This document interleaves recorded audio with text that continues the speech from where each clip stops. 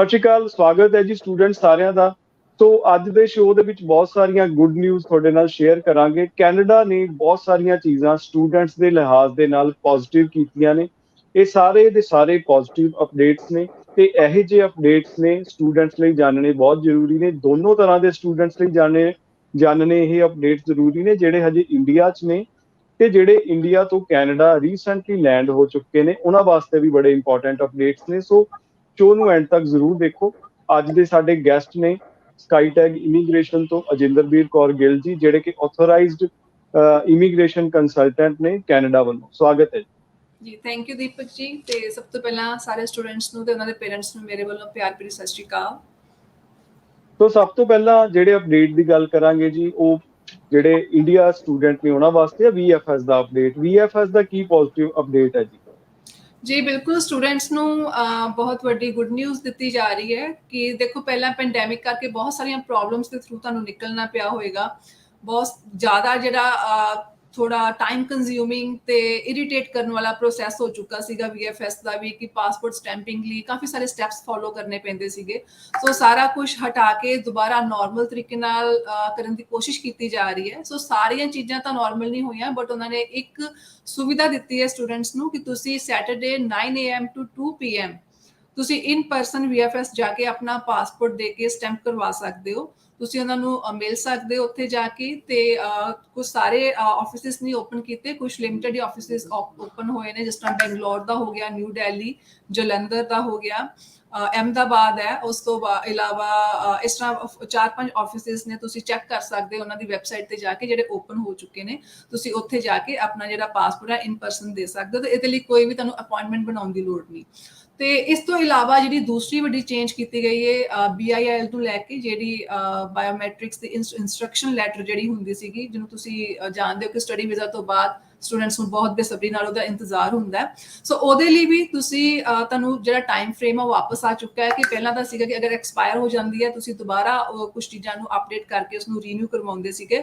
ਹੁਣ ਤੁਹਾਨੂੰ 30 ਡੇਜ਼ ਦਾ time frame ਵਾਪਸ ਮਿਲ ਚੁੱਕਾ ਹੈ ਕਿ within 30 days you have to submit your BIL instructions to the VFS।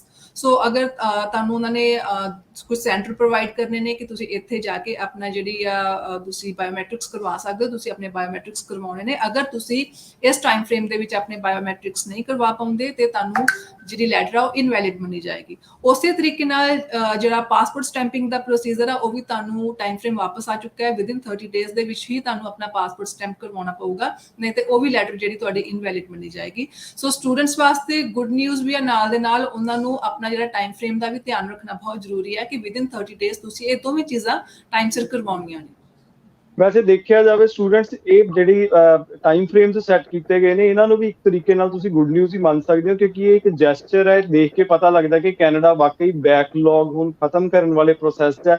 ਉਹ ਤੁਹਾਡੇ ਵੱਲੋਂ ਵੀ ਚਾਹੁੰਦਾ ਕਿ ਡਾਕੂਮੈਂਟਸ ਡਿਲੇ ਨਾ ਹੋਵੇ ਤੇ ਪ੍ਰੋਸੈਸਿੰਗ ਜਿਹੜੀ ਆ ਉਹ ਫਾਸਟ ਹੋਵੇ। ਵਰਕ ਪਰਮਿਟ ਤੇ ਗੱਲ ਕਰਦੇ ਹਾਂ। ਵਰਕ ਪਰਮਿਟ ਸਭ ਤੋਂ ਜ਼ਿਆਦਾ ਇੰਪੋਰਟੈਂਟ ਐਸਪੈਕਟ ਮੰਨ ਸਕਦੇ ਹਾਂ ਜੇ ਪੰਜਾਬ ਦੇ ਸਟੂਡੈਂਟਸ ਦੀ ਗੱਲ ਕਰੀਏ। ਵਰਕ ਪਰਮਿਟ ਨੂੰ ਲੈ ਕੇ ਕੀ ਗੁੱਡ ਨਿਊਜ਼ ਹੈ? ਜੀ ਦੀਪਕ ਜੀ, ਜਿੱਦਾਂ ਕਿ ਅਸੀਂ ਜਾਣਦੇ ਹਾਂ ਕਿ ਜਿੰਨੇ ਵੀ ਸਟੂਡੈਂਟਸ ਇੱਥੇ ਸਾਡੇ ਨਾਲ ਜੁੜਦੇ ਨੇ, ਉਹਨਾਂ ਦਾ ਇੱਕ ਧਿਆਨ ਹੁੰਦਾ ਹੈ ਕਿ ਹੁਣ ਅਵੇਅਰ ਹੋ ਰਹੇ ਨੇ ਸਟੂਡੈਂਟਸ। ਪਹਿਲਾਂ ਤਾਂ ਜਸਟ ਇਹੀ ਹੁੰਦਾ ਸੀ ਕਿ ਸਾਨੂੰ ਬਸ ਸਟੱਡੀ ਵੀਜ਼ਾ ਲੈ ਦਿਓ, ਅਸੀਂ ਕਿਸੇ ਵੀ ਤਰੀਕੇ ਨਾਲ ਕੈਨੇਡਾ ਚਲੇ ਜਾਈਏ। ਤੇ ਹੁਣ ਸਟੂਡੈਂਟਸ ਇਸ ਚੀਜ਼ ਨੂੰ ਜਾਣਦੇ ਨੇ ਕਿ ਕਿੰਨਾ ਟਾਈਮ ਦਾ ਅਸੀਂ ਆਪਣਾ ਸਟੱਡੀ ਕਰਨ ਜਾ ਰਹੇ ਹਾਂ। 1 ਸਾਲ ਦੀ ਹੈ, 2 ਸਾਲ ਦੀ ਹੈ, ਤਾਂ ਕਿ ਸਾਨੂੰ ਉਸ ਤੋਂ ਬਾਅਦ ਵਿੱਚ ਜਿਹੜਾ ਉਨੇ ਹੀ ਟਾਈਮ ਦਾ ਵਰਕ ਪਰਮਿਟ ਮਿਲ ਸਕੇ। ਕਿ 1 ਸਾਲ ਦਾ ਲੈਣਾ ਜਾਂ 2 ਸਾਲ ਦਾ, ਕਿਉਂਕਿ ਅਸੀਂ ਜਾਣਦੇ ਹਾਂ 8 ਮੰਥਸ ਤੋਂ ਲੈ ਕੇ 3 ਸਾਲ ਦਾ ਤੁਹਾਨੂੰ ਵਰਕ ਪਰਮਿਟ ਮਿਲ ਸਕਦਾ। ਸੋ ਸਟੂਡੈਂਟਸ ਦਾ ਹਮੇਸ਼ਾ ਧਿਆਨ ਰਹਿੰਦਾ ਕਿ ਅਸੀਂ ਉੱਥੇ ਕਿੰਨਾ ਟਾਈਮ ਕੰਮ ਕਰ ਸਕਦੇ ਹਾਂ, ਕਿਉਂਕਿ ਮੇਨ ਕਿਤੇ ਨਾ ਕਿਤੇ ਸਟੂਡੈਂਟਸ ਦਾ ਮਕਸਦ ਤਾਂ ਇਹੀ ਹੁੰਦਾ ਨਾ ਕਿ ਉੱਥੇ ਜਾ ਕੇ ਪੜ੍ਹਾਈ ਦੇ ਨਾਲ ਨਾਲ ਜਾਂ ਅਸੀਂ ਕੰਮ ਕਰ ਸਕੀਏ, ਜਾਂ ਪੜ੍ਹਾਈ ਕਰਨ ਤੋਂ ਬਾਅਦ ਅਸੀਂ ਕੰਮ ਕਰੀਏ ਤੇ ਉੱਥੇ ਬਾਅਦ ਵਿੱਚ PR ਲੈ ਸਕੀਏ। ਸੋ ਸਟੂਡੈਂਟਸ ਲਈ ਬਹੁਤ ਵੱਡੀ ਅਪਡੇਟ ਹੈ, ਬਹੁਤ ਵੱਡੀ ਗੁੱਡ ਨਿਊਜ਼ ਹੈ ਕਿ ਕੈਨੇਡਾ ਨੇ ਇਸ ਟਾਈਮ ਤੇ ਜਿਹੜਾ ਪੋਸਟ ਗ੍ਰੈਜੂਏਸ਼ਨ ਵਰਕ ਪਰਮਿਟ ਦੇ ਉੱਪਰ ਐਕਸਟੈਂਸ਼ਨ ਦਿੱਤੀ ਹੋਈ ਹੈ। ਸੋ ਇਹ ਜਿਹੜੀਆਂ ਚੇਂਜਸ ਆਉਂਦੀਆਂ ਤੇ ਲਿਮਿਟਡ ਟਾਈਮ ਵਾਸਤੇ ਨੇ, ਬਟ ਜਿਹੜੇ ਸਟੂਡੈਂਟਸ ਆਲਰੇਡੀ ਕੈਨੇਡਾ ਦੇ ਵਿੱਚ ਨੇ ਉਹ ਤਾਂ ਭਰਪੂਰ ਇਸ ਦਾ ਫਾਇਦਾ ਲੈ ਰਹੇ ਨੇ ਤੇ ਆਉਣ ਵਾਲੇ ਟਾਈਮ ਦੇ ਵਿੱਚ ਵੀ ਫਾਇਦਾ ਲੈ ਸਕਦੇ ਨੇ, ਕਿਉਂਕਿ ਕੈਨੇਡਾ ਨੂੰ ਆਪਣੀ ਇਕਨੋਮੀ ਦੀ ਗਰੋਥ ਵਾਸਤੇ ਇਸ ਟਾਈਮ ਤੇ ਵਰਕਫੋਰਸ ਦੀ ਲੋੜ ਹੈ। ਸੋ ਉਹੀ ਸਟੈਪ ਜਿਹੜੇ ਕੈਨੇਡਾ ਇਸ ਟਾਈਮ ਤੇ ਫੋਲੋ ਕਰਨ ਜਾ ਰਹੀ ਹੈ। ਸੋ ਜਿਹੜੇ ਸਟੂਡੈਂਟਸ ਆਲਰੇਡੀ ਕੈਨੇਡਾ ਪਹੁੰਚ ਚੁੱਕੇ ਨੇ, ਉਹਨਾਂ ਵਾਸਤੇ ਤੁਸੀਂ 20 ਸਤੰਬਰ 2021 ਤੋਂ ਲੈ ਕੇ ਦਸੰਬਰ 2022 ਦੇ ਵਿੱਚ ਜਿਹੜੇ ਵੀ ਸਟੂਡੈਂਟਸ ਦਾ ਵਰਕ ਪਰਮਿਟ ਜਿਹੜਾ ਆ ਐਕਸਪਾਇਰ ਹੋ ਚੁੱਕਾ ਆ ਜਾਂ ਹੋਣ ਵਾਲਾ ਆ, ਉਹ ਆਪਣੀ ਐਕਸਟੈਂਸ਼ਨ ਵਾਸਤੇ ਜਾ ਸਕਦੇ ਨੇ ਤੇ ਇਹ ਐਕਸਟੈਂਸ਼ਨ ਤੁਹਾਨੂੰ 18 ਮੰਥਸ ਦੀ ਮਿਲੇਗੀ। ਸੋ ਦੈਟ ਮੀਨਸ ਕਿ it's like a gift for all of you. You can get 18 months of extension on your post graduation work permit। so ਬਹੁਤ ਵੱਡੀ ਇੱਕ opportunity ਹੈ ਸਟੂਡੈਂਟਸ ਵਾਸਤੇ ਜਿਹੜੇ already ਕੈਨੇਡਾ ਪਹੁੰਚ ਚੁੱਕੇ ਨੇ ਕਿ ਤੁਸੀਂ ਆਪਣਾ 18 ਮਹੀਨੇ ਦਾ ਹੋਰ ਵਰਕ ਪਰਮਿਟ ਐਕਸਟੈਂਡ ਕਰਵਾ ਸਕਦੇ ਹੋ। ਸੋ ਨਾਲੇ ਦੀਪਕ ਜੀ ਮੈਂ ਦੱਸਣਾ ਚਾਹੂੰਗੀ ਕਿ ਇਹ ਹਿਸਟਰੀ ਵਿੱਚ ਪਹਿਲੀ ਵਾਰ ਹੋਇਆ ਹੈ, ਕਦੀ ਵੀ ਪੋਸਟ ਗ੍ਰੈਜੂਏਸ਼ਨ ਵਰਕ ਪਰਮਿਟ ਦੇ ਉੱਪਰ ਤੁਹਾਨੂੰ ਐਕਸਟੈਂਸ਼ਨ ਨਹੀਂ ਮਿਲਦੀ। ਇਹ ਵਨ ਟਾਈਮ ਪ੍ਰੋਸੈਸ ਹੁੰਦਾ ਹੈ। ਇੱਕ ਵਾਰੀ ਤੁਹਾਨੂੰ ਵਰਕ ਪਰਮਿਟ ਮਿਲ ਗਿਆ, ਉਸ ਤੋਂ ਬਾਅਦ ਐਕਸਟੈਂਡ ਕਰਾਉਣ ਦਾ ਜਸਟ ਇੱਕ ਹੀ ਤਰੀਕਾ ਹੁੰਦਾ ਹੈ ਕਿ ਤੁਹਾਡਾ ਅਗਰ ਪਾਸਪੋਰਟ ਜਿਹੜਾ ਆ ਉਹਦੀ ਵੈਲਿਡਿਟੀ ਥੋੜੀ ਸੀ, ਬਟ ਤੁਹਾਨੂੰ ਜਿਹੜਾ ਵਰਕ ਪਰਮਿਟ ਆ ਉਹ ਜ਼ਿਆਦਾ ਟਾਈਮ ਵਾਸਤੇ ਮਿਲਣਾ ਸੀ। ਸੋ ਉਸ ਕੰਡੀਸ਼ਨ ਦੇ ਵਿੱਚ ਹੀ ਹੁੰਦਾ ਕਿ ਤੁਸੀਂ ਆਪਣਾ ਪਾਸਪੋਰਟ ਦੁਬਾਰਾ ਰੀਨਿਊ ਕਰਵਾਇਆ ਤੇ ਤੁਸੀਂ ਦੁਬਾਰਾ ਅਪਲਾਈ ਕੀਤਾ ਕਿ ਮੇਰਾ ਜਿਹੜਾ ਰਹਿੰਦਾ ਵਰਕ ਪਰਮਿਟ ਸੀਗਾ ਉਹ ਵੀ ਮੈਨੂੰ ਦਿੱਤਾ ਜਾਏ। ਸੋ ਹੋਰ ਇਸ ਤੋਂ ਇਲਾਵਾ ਕਦੇ ਵੀ ਪੋਸਟ ਗ੍ਰੈਜੂਏਸ਼ਨ ਵਰਕ ਪਰਮਿਟ ਦੇ ਸੋ ਇਹਨੂੰ ਕਿਸ ਤਰੀਕੇ ਨਾਲ ਦੇਖਿਆ ਜਾ ਸਕਦਾ ਹੈ? ਤਾਂ ਕੀ ਇਹਦਾ ਮਤਲਬ ਇਹ ਹੈ ਕਿ ਕੈਨੇਡਾ 'ਚ ਇਸ ਵਕਤ ਵਾਕਈ ਬਹੁਤ ਸ਼ਾਰਟੇਜ ਹੈ ਵਰਕਫੋਰਸ ਦੀ ਤੇ ਜਿਹੜੇ ਸਟੂਡੈਂਟ ਜਾ ਰਹੇ ਨੇ ਉਹਨਾਂ ਨੂੰ ਬੜੀ ਈਜ਼ੀਲੀ ਜੌਬਸ ਮਿਲਣਗੀਆਂ? ਬਿਲਕੁਲ ਬਿਲਕੁਲ ਦੀਪਕ ਜੀ, ਬਹੁਤ ਹੀ ਪੋਜ਼ਿਟਿਵ ਸਾਈਨ ਹੈ ਇਹ ਜਿਹੜਾ ਸਾਨੂੰ IRCC ਵੱਲੋਂ ਨਵੀਆਂ ਅਪਡੇਟਸ ਮਿਲ ਰਹੀਆਂ ਨੇ ਕਿ ਕਿਉਂਕਿ ਖੁਦ ਵੀ ਤੁਸੀਂ ਖੁਦ ਦੇਖੋਗੇ ਕਿ ਉਹਨਾਂ ਵੱਲੋਂ ਖੁਦ ਕਿਹਾ ਜਾ ਰਿਹਾ ਕਿ ਸਾਡੀ ਇਕਨੋਮੀ ਦੀ ਗਰੋਥ ਵਾਸਤੇ ਸਾਡੇ ਜਿਹੜੇ ਬਿਜ਼ਨੈਸਿਸ ਨੇ, ਸਾਡੇ ਜਿਹੜੇ EMPLOYERS ਨੇ, ਉਹਨਾਂ ਕੋਲ ਇਸ ਟਾਈਮ ਤੇ ਵਰਕ ਫੋਰਸ ਦੀ ਬਹੁਤ ਹੀ ਜ਼ਿਆਦਾ ਸ਼ਾਰਟੇਜ ਹੈ। ਸੋ ਉਸ ਨੂੰ ਫੁੱਲਫਿਲ ਕਰਨ ਵਾਸਤੇ ਇਹ ਜਿਹੜੀਆਂ ਨਵੀਆਂ ਚੇਂਜਸ ਕੀਤੀਆਂ ਜਾ ਰਹੀਆਂ ਨੇ ਜਿਹੜੀਆਂ ਪਹਿਲਾਂ ਹਿਸਟਰੀ ਵਿੱਚ ਕਦੀ ਵੀ ਨਹੀਂ ਸੀ ਹੋਈਆਂ। ਸੋ ਕੈਨੇਡਾ ਸਟੂਡੈਂਟਸ ਵਾਸਤੇ ਜਿਹੜੀ ਵਰਕ ਫੋਰਸ ਵਾਸਤੇ ਨਵੇਂ ਰਸਤੇ ਖੋਲ ਰਿਹਾ ਹੈ, ਉਹਨਾਂ ਨੂੰ ਪੱਕੇ ਕਰਨ ਦੇ ਤਰੀਕੇ ਲੱਭੇ ਜਾ ਰਹੇ ਨੇ। ਇਸ ਤੋਂ ਨਾਲ ਮੈਂ ਇਸ ਦੇ ਨਾਲ ਹੀ ਦੱਸਾਂ ਕਿ ਜਿਹੜੀ PR ਦੀਆਂ ਐਪਲੀਕੇਸ਼ਨ ਤੁਸੀਂ ਦੇਖੋ ਕਿ ਉਹਨਾਂ ਨੂੰ ਇਸ ਟਾਈਮ ਤੇ ਵਰਕ ਫੋਰਸ ਦੀ ਕਿੰਨੀ ਲੋੜ ਹੈ। ਨਵੀਆਂ ਚੇਂਜਸ ਜਿਹੜੇ ਪੋਸਟ ਗ੍ਰੈਜੂਏਸ਼ਨ ਵਰਕ ਪਰਮਿਟ ਦੇ ਵਿੱਚ ਚੇਂਜ ਕੀਤੀ ਗਈ ਹੈ। ਉਸ ਤੋਂ ਇਲਾਵਾ TR to PR ਜਿਹੜੀ ਪਬਲਿਕ ਪਾਲਿਸੀ ਹੈ, ਜਿਹਦੇ ਵਿੱਚ ਸੀਗਾ ਕਿ ਸਟੂਡੈਂਟਸ ਕੈਨੇਡਾ ਦੇ ਵਿੱਚ ਰਾਤੋਂ ਰਾਤ ਪੱਕੇ ਕੀਤੇ ਗਏ ਸੀਗੇ ਪਿਛਲੇ ਸਾਲ ਸਤੰਬਰ ਦੇ ਵਿੱਚ, ਤੇ ਨਵੰਬਰ ਦੇ ਵਿੱਚ ਇਹ ਜਿਹੜੀਆਂ ਐਪਲੀਕੇਸ਼ਨਸ ਨੇ ਇਹ ਬੰਦ ਕਰ ਦਿੱਤੀਆਂ ਸੀਗੀਆਂ ਉਹਨਾਂ ਨੇ ਉਸ ਤੋਂ ਬਾਅਦ ਐਪਲੀਕੇਸ਼ਨਸ ਲੈਣੀਆਂ ਬੰਦ ਕਰ ਦਿੱਤੀਆਂ ਤੇ ਸਟੂਡੈਂਟਸ ਲਾਈਕ ਜਿਨ੍ਹਾਂ ਦਾ ਤੇ ਉਹ ਕਹਿ ਲਓ ਕਿ ਰਾਤ ਸੁੱਤੇ ਤੇ ਸਵੇਰੇ ਉੱਠੇ ਦਾ ਬਿਲਕੁਲ ਹੀ ਲਾਈਫ ਚੇਂਜ ਹੋ ਚੁੱਕੀ ਸੀਗੀ। ਤਾਂ ਕਾਫੀ ਸਟੂਡੈਂਟ ਸੀ ਜਿਹੜੇ ਨਿਰਾਸ਼ ਹੋਏ ਇਸ ਚੀਜ਼ ਨੂੰ ਲੈ ਕੇ, ਜਿਨ੍ਹਾਂ ਦਾ ਉਹ ਸਟਿਲ ਉਹਨਾਂ ਦੇ ਕੋਲ ਸਾਰੀ ਐਲੀਜੀਬਿਲਿਟੀ ਕ੍ਰਾਈਟੇਰੀਆ ਨੂੰ ਮੀਟ ਕਰਦੇ ਸੀ ਬਟ ਉਹ ਆਪਣੀ ਐਪਲੀਕੇਸ਼ਨ ਨਹੀਂ ਪਾ ਸਕੇ। ਸੋ ਉਹਨਾਂ ਵਾਸਤੇ ਦੁਬਾਰਾ TR to PR public policy ਜਿਹੜੀ ਆ ਓਪਨ ਹੋਣ ਜਾ ਰਹੀ ਹੈ। ਸ਼ਰਤਾਂ ਵੀ ਚੇਂਜ ਕੀਤੀਆਂ ਗਈਆਂ ਨੇ। ਪਹਿਲਾਂ ਤਾਂ ਸੀਗਾ ਕਿ ਤੁਸੀਂ ਕੈਨੇਡਾ ਦੇ ਵਿੱਚ ਕੰਮ ਕਰਦੇ ਹੋਣੇ ਚਾਹੀਦੇ ਹੋ, ਇਨ ਕੈਨੇਡਾ ਹੀ ਹੋਣੇ ਚਾਹੀਦੇ ਹੋ ਜਦੋਂ ਤੁਸੀਂ ਆਪਣੀ ਐਪਲੀਕੇਸ਼ਨ ਪਾਉਣੀ ਹੈ। ਹੁਣ ਇਸ ਟਾਈਮ ਤੇ ਨਵੀਂ ਚੇਂਜ ਕੀਤੀ ਗਈ ਹੈ ਕਿ ਤੁਹਾਨੂੰ ਤੁਸੀਂ ਕੈਨੇਡਾ ਤੋਂ ਬਾਹਰ ਵੀ, ਮੰਨ ਲਓ ਕਿ ਤੁਸੀਂ ਇੱਥੇ ਪੋਸਟ ਗ੍ਰੈਜੂਏਸ਼ਨ ਵਰਕ ਪਰਮਿਟ ਦੇ ਉੱਪਰ ਤੁਸੀਂ ਕੰਮ ਕਰ ਰਹੇ ਹੋ, ਤੁਸੀਂ ਇਸ ਟਾਈਮ ਤੋਂ ਕੈਨੇਡਾ ਤੋਂ ਬਾਹਰ ਹੋ, ਤੁਸੀਂ ਬਾਹਰੋਂ ਵੀ ਆਪਣੀ ਐਪਲੀਕੇਸ਼ਨ ਪਾ ਸਕਦੇ ਹੋ TR to PR public policy ਦੇ ਅੰਦਰ। ਸੋ ਉਹਦੇ ਵਿੱਚ ਵੀ ਦੱਸਿਆ ਜਾ ਰਿਹਾ ਕਿ ਸਾਨੂੰ ਬਹੁਤ ਵਰਕ ਫੋਰਸ ਦੀ ਲੋੜ ਹੈ, ਸਾਨੂੰ ਸ਼ਾਰਟੇਜ ਹੋ ਰਹੀ ਹੈ। ਸੋ ਅਸੀਂ ਉਹਨਾਂ ਸਾਰੇ ਰਸਤੇ ਓਪਨ ਕਰ ਦਿੱਤੇ ਨੇ ਸਟੂਡੈਂਟਸ ਵਾਸਤੇ। ਸੋ ਕੈਨੇਡਾ ਇੱਕ ਅਜਿਹੀ ਜਗ੍ਹਾ ਬਣ ਚੁੱਕੀ ਹੈ ਇੱਥੇ ਕਿ ਜਿੱਥੇ ਜਿਹੜਾ ਵੀ ਸਟੂਡੈਂਟ ਜਾਏ, ਚਾਹੇ ਉਹ ਕਿਸੇ ਵੀ ਪ੍ਰੋਗਰਾਮ ਦੇ ਥਰੂ ਬਹੁਤ ਈਜ਼ੀਲੀ ਪੱਕਾ ਹੋਣ ਦੀ ਇੱਕ ਤਰੀਕਾ ਲੱਭ ਸਕਦਾ ਹੈ। ਚਾਹੇ ਉਹ ਐਕਸਪ੍ਰੈਸ ਐਂਟਰੀ ਵੀ ਰਿਜ਼ਿਊਮ ਹੋ ਰਹੀ ਹੈ 6 ਜੁਲਾਈ ਤੋਂ, ਜਿਹੜੀ ਬੈਕਲੌਗ ਜਿੱਥੋਂ ਦਿਸਦਾ ਕਿ ਕਲੀਅਰ ਹੋ ਰਿਹਾ ਹੈ, ਕਿਉਂਕਿ ਅਸੀਂ ਜਾਣਦੇ ਹਾਂ ਇਸ ਸ਼ਰਤ ਨੂੰ ਕਿ ਬੈਕਲੌਗ ਕਲੀਅਰ ਕਰਨ ਵਾਸਤੇ ਐਕਸਪ੍ਰੈਸ ਐਂਟਰੀ ਦੇ ਉੱਪਰ ਇੱਕ ਤਰ੍ਹਾਂ ਦਾ ਪੌਜ਼ ਲਗਾਇਆ ਸੀ। ਤੋ ਅਜਿੰਦਰਵੀਰ ਜੀ, ਜਿੰਨੀਆਂ ਵੀ ਗੱਲਾਂ ਤੁਸੀਂ ਦੱਸੀਆਂ ਸਾਰੀਆਂ ਕਿਤੇ ਨਾ ਕਿਤੇ ਪੋਜ਼ਿਟਿਵ ਡਾਇਰੈਕਸ਼ਨ ਵੱਲ ਜਾ ਰਹੀਆਂ। ਮੈਨੂੰ ਉਮੀਦ ਹੈ ਕਿ ਜਿਹੜੇ ਸਟੂਡੈਂਟਸ ਹਜੇ ਪੰਜਾਬ 'ਚ ਵੀ, ਇੰਡੀਆ 'ਚ ਵੀ ਬੈਠੇ ਦੇਖ ਰਹੇ ਹੋਣਗੇ, ਉਹਨਾਂ ਨੂੰ ਬਹੁਤ ਰਿਲੈਕਸਡ ਫੀਲ ਹੋਇਆ ਹੋਊਗਾ, ਬੜਾ ਆਪਟੀਮਿਸਟਿਕ ਫੀਲ ਕਰ ਰਹੇ ਹੋਣਗੇ। ਸੋ ਸ਼ੋਅ ਦੇ ਐਂਡ ਦੇ ਵਿੱਚ ਮੈਂ ਤੁਹਾਨੂੰ ਪੁੱਛਣਾ ਚਾਹੂੰਗਾ ਕਿ ਤੁਹਾਡੇ ਆਫਿਸਿਸ ਦੋਨੋਂ ਜਗ੍ਹਾ ਨੇ, ਤੁਸੀਂ ਕੈਨੇਡਾ 'ਚ ਵੀ ਬੈਠੇ ਹੋ, ਸਾਰੇ ਪ੍ਰੋਸੈਸਿਸ ਦੇ ਵਿੱਚ ਤੁਸੀਂ ਕਿਹੜੇ ਪ੍ਰੋਸੈਸ 'ਚ ਸਟੂਡੈਂਟਸ ਦੀ ਹੈਲਪ ਕਰ ਸਕਦੇ ਹੋ, ਕਿਸ ਤਰੀਕੇ ਨਾਲ ਕਰ ਸਕਦੇ ਹੋ?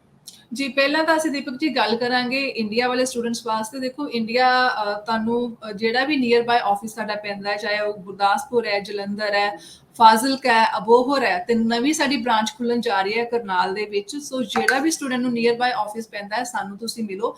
ਦਿੱਤੇ ਗਏ ਨੰਬਰ ਦੇ ਉੱਪਰ ਤੁਸੀਂ ਸਾਨੂੰ ਆਪਣੀ ਪ੍ਰੋਫਾਈਲ ਵੀ ਸ਼ੇਅਰ ਕਰ ਸਕਦੇ ਹੋ। ਸੋ ਅਗਰ ਤੁਸੀਂ ਕਿਸੇ ਕਾਰਨ ਕਰਕੇ ਆਫਿਸ ਵਿਜ਼ਿਟ ਨਹੀਂ ਕਰ ਸਕਦੇ, ਤੁਸੀਂ ਆਪਣੀ ਪ੍ਰੋਫਾਈਲ ਸ਼ੇਅਰ ਕਰੋ, ਫ੍ਰੀ ਕੰਸਲਟੇਸ਼ਨ ਤੁਹਾਨੂੰ ਦਿੱਤੀ ਜਾਏਗੀ। ਇਸ ਤੋਂ ਇਲਾਵਾ ਅਗਰ ਤੁਸੀਂ ਮੇਰੇ ਨਾਲ ਗੱਲਬਾਤ ਕਰਨੀ ਚਾਹੁੰਦੇ ਹੋ, ਤੁਸੀਂ ਇਨ ਪਰਸਨ ਵੀ ਮਿਲ ਸਕਦੇ ਹੋ, ਤੁਸੀਂ ਆਨਲਾਈਨ ਕੰਸਲਟੇਸ਼ਨ ਵੀ ਲੈ ਸਕਦੇ ਹੋ। ਸੋ ਕਿਸੇ ਵੀ ਤਰੀਕੇ ਦੀ ਤੁਹਾਨੂੰ ਪ੍ਰੋਬਲਮ ਨਹੀਂ ਆਊਗੀ। ਇਸ ਤੋਂ ਇਲਾਵਾ ਤੁਸੀਂ ਜਿਹੜੀਆਂ ਸਾਡੇ ਕੋਲ ਸਰਵਿਸਿਜ਼ ਲੈ ਸਕਦੇ ਹੋ। ਦੇਖੋ ਜਦੋਂ ਸਟੂਡੈਂਟ ਸਾਡੇ ਕੋਲ ਆਉਂਦਾ ਹੈ ਨਾ, ਉਹਨੂੰ ਇੱਕ ਨਹੀਂ ਬਹੁਤ ਤਰੀਕੇ ਦੇ ਫਾਇਦੇ ਹੁੰਦੇ ਨੇ। ਇੱਥੇ ਸਟੂਡੈਂਟਸ ਨੂੰ ਜਿਹੜਾ ਅਸੀਂ ਗਾਈਡ ਤਾਂ ਕਰਦੇ ਹਾਂ, ਜਸਟ ਸਟੱਡੀ ਵੀਜ਼ਾ ਨਹੀਂ ਲੈ ਕੇ ਦਿੱਤਾ ਜਾਂਦਾ, ਉਸਨੂੰ ਪ੍ਰੋਪਰ ਇੱਕ ਮੈਪ ਕ੍ਰੀਏਟ ਕਰਕੇ ਦਿੱਤਾ ਜਾਂਦਾ ਹੈ ਕਿ ਕੈਨੇਡਾ ਜਾਣ ਤੋਂ ਬਾਅਦ ਤੁਸੀਂ ਅਸੀਂ ਇਹ ਵੀ ਦੇਖਦੇ ਹਾਂ ਕਿ ਕਿਸ ਪ੍ਰੋਵਿੰਸ ਦੇ ਵਿੱਚ ਉਹਨੂੰ ਭੇਜਿਆ ਜਾਏ ਉਹਦੀ ਪ੍ਰੋਫਾਈਲ ਦੇ ਅਕੋਰਡਿੰਗ, ਤਾਂ ਕਿ ਕੱਲ ਨੂੰ ਜਾ ਕੇ ਉੱਥੇ ਉਹਨੂੰ ਪੱਕੇ ਹੋਣ 'ਚ ਕੋਈ ਪ੍ਰੋਬਲਮ ਨਾ ਆਏ। ਉਹੀ ਕੰਮ ਨਾ ਕਰਨਾ ਪਏ ਕਿ ਮੈਂ ਹੁਣ ਪ੍ਰੋਵਿੰਸ ਚੇਂਜ ਕਰਾਂ, ਮੈਂ ਕਿੱਥੇ ਜਾਵਾਂ, ਮੈਂ ਕੀ ਕਰਾਂ, ਉਹਨਾਂ ਚੀਜ਼ਾਂ ਤੋਂ ਉਹ ਬਾਹਰ ਨਿਕਲ ਜੇ। ਇਸ ਤੋਂ ਇਲਾਵਾ ਜਿਹੜੀ ਜਾਣ ਤੋਂ ਪਹਿਲੇ ਪ੍ਰੀ ਅਰਾਈਵਲ ਜਿਹੜੀਆਂ ਉਹਨਾਂ ਨੂੰ ਸਰਵਿਸਿਜ਼ ਦਿੱਤੀਆਂ ਜਾਂਦੀਆਂ, ਉਹਨਾਂ ਨੂੰ ਐਕਸਪਲੇਨ ਕੀਤਾ ਜਾਂਦਾ ਹੈ ਕਿ ਤੁਹਾਡਾ ਓਵਰਆਲ ਖਰਚਾ ਉੱਥੇ ਕਿੰਨਾ ਆਉਣਾ ਹੈ, ਤੁਹਾਡੀ ਕਾਸਟ ਆਫ ਲਿਵਿੰਗ ਕਿੰਨੀ ਹੋਏਗੀ, ਚਾਹੇ ਉਹ 'ਚ ਫੂਡ ਇਨਵੋਲਵ ਹੈ, ਚਾਹੇ ਤੁਹਾਡੀ ਪਰਸਨਲ ਆਈਟਮਸ ਇਨਵੋਲਵ ਹੈ, ਚਾਹੇ ਤੁਹਾਡਾ ਐਕੈਡੈਮਿਕ ਮਟੀਰੀਅਲ ਇਨਵੋਲਵ ਹੈ, ਚਾਹੇ ਤੁਹਾਡੀ ਹਾਊਸਿੰਗ ਅਕਮੋਡੇਸ਼ਨ ਇਨਵੋਲਵ ਹੈ। ਸੋ ਸਾਰਾ ਕੁਝ ਉਹਨਾਂ ਨੂੰ ਐਕਸਪਲੇਨ ਕੀਤਾ ਜਾਂਦਾ ਹੈ, ਕਿਉਂਕਿ ਕਈਆਂ ਦੇ ਕੋਲ ਤਾਂ ਆਲਰੇਡੀ ਉੱਥੇ ਫੈਮਿਲੀ ਮੈਂਬਰਸ ਹੈਗੇ ਨੇ ਉਹਨਾਂ ਨੂੰ ਹੈਲਪ ਕਰਨ ਵਾਸਤੇ। ਕਈ ਬਿਲਕੁਲ ਸਟੂਡੈਂਟਸ ਜਿਹੜੇ ਨੇ, ਕੁੜੀਆਂ ਨੇ ਜਾਂ ਕਾਫੀ ਬੱਚੇ ਅਜਿਹੇ ਨੇ ਜਿਹੜੇ ਉੱਥੇ ਬਿਲਕੁਲ ਆਪਣੇ ਆਪ ਤੇ ਹੋਣਗੇ ਤਾਂ ਉਹਨਾਂ ਨੂੰ ਬਹੁਤ ਸਾਰੀਆਂ ਪ੍ਰੋਬਲਮਸ ਆ ਸਕਦੀਆਂ ਨੇ। ਇਸ ਤੋਂ ਇਲਾਵਾ ਕੈਨੇਡਾ ਪਹੁੰਚਣ ਤੋਂ ਬਾਅਦ 에ਅਰਪੋਰਟ ਪਿਕਅਪ ਹੋਗੀ, ਇੱਥੇ ਅਕਮੋਡੇਸ਼ਨ ਲੈਣ 'ਚ ਕੋਈ ਵੀ ਪ੍ਰੋਬਲਮ ਤੁਹਾਨੂੰ ਨਹੀਂ ਆਏਗੀ। ਅਗਰ ਤੁਸੀਂ ਕਿਸੇ ਤਰੀਕੇ ਦੀ ਇੰਸ਼ੋਰੈਂਸ ਕਰਵਾਉਣੀ ਹੈ ਉਹਦੇ ਵਿੱਚ ਕੋਈ ਪ੍ਰੋਬਲਮ ਨਹੀਂ ਆਏਗੀ। ਇਨ ਕੈਨੇਡਾ ਤੁਸੀਂ ਕਿਸੇ ਵੀ ਤਰੀਕੇ ਦੀ ਬਾਅਦ ਵਿੱਚ ਵੀ ਸਰਵਿਸ ਲੈਣਾ ਚਾਹੁੰਦੇ ਹੋ, ਸਟੱਡੀ ਪਰਮਿਟ ਐਕਸਟੈਂਸ਼ਨ ਲਈ ਜਾਣਾ ਚਾਹੁੰਦੇ ਹੋ, ਜਾਂ ਆਪਣੇ ਪੇਰੈਂਟਸ ਨੂੰ ਬੁਲਾਉਣਾ ਚਾਹੁੰਦੇ ਹੋ, ਉਹਨਾਂ ਨੂੰ ਵਿਜ਼ਟਰ ਵੀਜ਼ੇ ਤੇ ਬੁਲਾਉਣਾ ਹੈ, ਸੁਪਰ ਵੀਜ਼ੇ ਤੇ ਬੁਲਾਉਣਾ ਹੈ, ਕੱਲ੍ਹ ਨੂੰ ਉਹਨਾਂ ਦੀ ਪਰਮਾਨੈਂਟ ਰੈਜ਼ੀਡੈਂਸੀ ਵਾਸਤੇ ਤੁਸੀਂ ਐਪਲੀਕੇਸ਼ਨ ਪਾਉਣੀ ਹੈ, ਜਾਂ ਤੁਹਾਡੀ ਕੱਲ੍ਹ ਨੂੰ ਮੈਰਿਜ ਹੋ ਜਾਂਦੀ ਹੈ, ਤੁਸੀਂ ਫੈਮਿਲੀ ਸਪਾਂਸਰਸ਼ਿਪ ਵਾਸਤੇ ਆਪਣੇ ਸਪਾਊਸ ਨੂੰ ਇੰਡੀਆ ਤੋਂ ਬੁਲਾਉਣਾ ਚਾਹੁੰਦੇ ਹੋ, ਜਾਂ ਤੁਸੀਂ ਇੱਥੇ ਸਟੂਡੈਂਟ ਹੋ ਤੇ ਤੁਸੀਂ ਆਪਣੇ ਓਪਨ ਵਰਕ ਪਰਮਿਟ ਦੇ ਉੱਪਰ ਆਪਣੇ ਸਪਾਊਸ ਨੂੰ ਇੰਡੀਆ ਤੋਂ ਬੁਲਾਉਣਾ ਚਾਹੁੰਦੇ ਹੋ, ਤਾਂ ਤੁਸੀਂ ਸਾਨੂੰ ਮਿਲ ਸਕਦੇ ਹੋ। ਇੱਥੇ ਰਹਿਣ ਤੋਂ ਬਾਅਦ, ਕੈਨੇਡਾ ਰਹਿਣ ਤੋਂ ਬਾਅਦ, ਅਗਰ ਤੁਸੀਂ ਪ੍ਰੋਵਿੰਸ਼ੀਅਲ ਨੋਮੀਨੇਸ਼ਨ ਪ੍ਰੋਗਰਾਮ ਵਾਸਤੇ ਜਾਣਾ ਜਾਂ ਐਕਸਪ੍ਰੈਸ ਐਂਟਰੀ ਥਰੂ ਲਈ ਆਪਣੀ ਪਰਮਾਨੈਂਟ ਰੈਜ਼ੀਡੈਂਸੀ ਵਾਸਤੇ ਜਾਣਾ, ਤਾਂ ਵੀ ਤੁਸੀਂ ਸਾਨੂੰ ਬੇਝਿਜਕ ਹੋ ਕੇ ਮਿਲ ਸਕਦੇ ਹੋ। ਤੁਹਾਨੂੰ ਸਾਰੀਆਂ ਸਰਵਿਸਿਜ਼ ਜਿਹੜੀਆਂ ਨੇ ਇੱਕ ਹੀ ਜਗ੍ਹਾ ਤੇ ਮਿਲ ਸਕਦੀਆਂ ਨੇ। ਤੇ ਇਸ ਤੋਂ ਇਲਾਵਾ ਜਿਹੜੀਆਂ ਇੱਕ ਲਾਈਕ ਛੋਟਾ ਜਿਹੀ ਹੈਲਪ ਕਰ ਰਹੇ ਹਾਂ ਅਸੀਂ ਸਟੂਡੈਂਟਸ ਵਾਸਤੇ, ਕਿ ਜਿਹੜੇ ਸਟੂਡੈਂਟ ਸਾਡੇ ਨਾਲ ਇੰਡੀਆ ਤੋਂ ਜੁੜਦੇ ਨੇ ਤੇ ਕੈਨੇਡਾ ਦੇ ਵਿੱਚ ਆਉਣ ਤੋਂ ਬਾਅਦ ਅਗਰ ਉਹ ਸਾਡੇ ਕੋਲ ਅੱਗੇ ਆਪਣੀ ਸਰਵਿਸਿਜ਼ ਕੰਟੀਨਿਊ ਰੱਖਦੇ ਨੇ ਤੇ ਅਸੀਂ ਉਹਨਾਂ ਨੂੰ ਫ੍ਰੀ ਕੰਸਲਟੇਸ਼ਨ ਦਿੰਦੇ ਹਾਂ। ਕਿਸੇ ਵੀ ਤਰੀਕੇ ਦੇ ਉਹਨਾਂ ਕੋਲ ਚਾਰਜਿਸ ਨਹੀਂ ਲਏ ਜਾਂਦੇ, ਕਿਉਂਕਿ ਅਦਰਵਾਈਜ਼ ਅਗਰ ਸਾਡੇ ਨਾਲ ਕੋਈ ਨਿਊ ਕੰਸਲਟ ਕਰਦਾ ਤੇ ਕਈ ਵਾਰੀ ਤੁਹਾਨੂੰ ਥੋੜਾ, ਕਿਉਂਕਿ ਇੱਥੋਂ ਦਾ ਸਿਸਟਮ ਦੇਖਣਾ ਪੈਂਦਾ, ਉਹਦੇ ਅਕੋਰਡਿੰਗ ਚੱਲਣਾ ਪੈਂਦਾ ਹੈ। ਬਟ ਇੱਕ ਸਟੂਡੈਂਟਸ ਨੂੰ ਇੱਕ ਤਰੀਕਾ ਦੱਸਿਆ ਗਿਆ ਹੈ ਕਿ ਕਿਸ ਤਰੀਕੇ ਨਾਲ ਤੁਸੀਂ ਜਿਹੜਾ ਆਪਣਾ ਖਰਚਾ ਜਿਹੜਾ ਉਹ ਘਟਾ ਸਕਦੇ ਹੋ, ਕਿੱਦਾਂ ਤੁਸੀਂ ਈਜ਼ੀਲੀ ਸਾਨੂੰ ਐਕਸੈਸ ਕਰ ਸਕਦੇ ਹੋ। ਸੋ ਸਟੂਡੈਂਟਸ ਸਾਨੂੰ ਅਗਰ ਤੁਹਾਡੀ ਫਰੈਸ਼ ਫਾਈਲ ਵੀ ਹੈ ਜਾਂ ਰਿਫਿਊਜ਼ਡ ਕੇਸ ਵੀ ਹੈ, ਕਿਸੇ ਵੀ ਤਰੀਕੇ ਨਾਲ ਤੁਸੀਂ ਪ੍ਰੋਬਲਮਸ ਦੇ ਵਿੱਚ ਉਲਝ ਚੁੱਕੇ ਹੋ ਤੇ ਤੁਸੀਂ ਸਾਨੂੰ ਮੀਟ ਕਰ ਸਕਦੇ ਹੋ। ਸੋ ਤੁਹਾਡੀ ਪ੍ਰੋਫਾਈਲ ਨੂੰ ਅਸੈਸ ਕਰਕੇ ਜਿਹੜੀਆਂ ਵੀ ਪੋਸੀਬਲ ਆਪਸ਼ਨਸ ਹੋਣਗੀਆਂ ਤੁਹਾਨੂੰ ਬਿਲਕੁਲ ਪ੍ਰੋਵਾਈਡ ਕੀਤੀਆਂ ਜਾਣਗੀਆਂ। ਸੋ ਸਟੂਡੈਂਟਸ ਸਕਾਈਟੈਗ ਇਮੀਗ੍ਰੇਸ਼ਨ ਨਾਲ ਜਦੋਂ ਵੀ ਸ਼ੋਅ ਕਰਦੇ ਆ ਤਾਂ ਉਹ ਥੋੜਾ ਜਿਹਾ ਡਿਫਰੈਂਟ ਜ਼ਰੂਰ ਹੁੰਦਾ, ਕਿਉਂਕਿ ਕੈਨੇਡਾ ਦੇ ਵਿੱਚ ਵੀ ਇਹਨਾਂ ਦੀ ਰੈਗੂਲਰ ਪ੍ਰੈਜ਼ੈਂਸ ਹੋਣ ਕਰਕੇ ਕੈਨੇਡਾ ਦੀ ਛੋਟੀ ਤੋਂ ਛੋਟੀ ਚੇਂਜ, ਛੋਟੀ ਤੋਂ ਛੋਟੀ ਅਪਡੇਟ ਤੁਹਾਡੇ ਤੱਕ ਅਵੇਲੇਬਲ ਕਰਾਉਂਦੇ ਨੇ। ਤੇ ਜਿਸ ਤਰੀਕੇ ਨਾਲ ਡਿਟੇਲ ਦੇ ਵਿੱਚ ਕੈਨੇਡਾ ਦੇ ਵਿੱਚ ਕੋਈ ਚੀਜ਼ ਵੀ ਮਹਿੰਗੀ ਹੁੰਦੀ ਹੈ, ਰੈਂਟ ਅਪਾਰਟਮੈਂਟ ਵੀ ਮਹਿੰਗਾ ਹੁੰਦਾ, ਤਾਂ ਸਭ ਤੋਂ ਪਹਿਲਾਂ ਤੁਹਾਡੇ ਤੱਕ ਅਸੀਂ ਅਪਡੇਟ ਲੈ ਕੇ ਆਉਂਦੇ ਹਾਂ। ਨਾ ਸਿਰਫ ਅਪਡੇਟ ਲੈ ਕੇ ਆਉਂਦੇ ਹਾਂ, ਬਲਕਿ ਸੋਲਿਊਸ਼ਨ ਜ਼ਰੂਰ ਕੋਸ਼ਿਸ਼ ਹੁੰਦੀ ਹੈ ਸਕਾਈਟੈਗ ਦੀ ਤੁਹਾਨੂੰ ਨਾਲ ਦੀ ਨਾਲ ਦਿੱਤਾ ਜਾਵੇ। ਸੋ ਜੁੜੇ ਰਹੋ ਸਾਡੇ ਸ਼ੋਜ਼ ਦੇ ਨਾਲ, ਰੈਗੂਲਰ ਅਸੀਂ ਤੁਹਾਡੇ ਤੱਕ ਅਪਡੇਟਸ ਲੈ ਕੇ ਪਹੁੰਚਦੇ ਰਵਾਂਗੇ। ਸ਼ੋਅ ਦੇਖਣ ਲਈ ਬਹੁਤ ਬਹੁਤ ਧੰਨਵਾਦ ਜੀ। Thank you so much.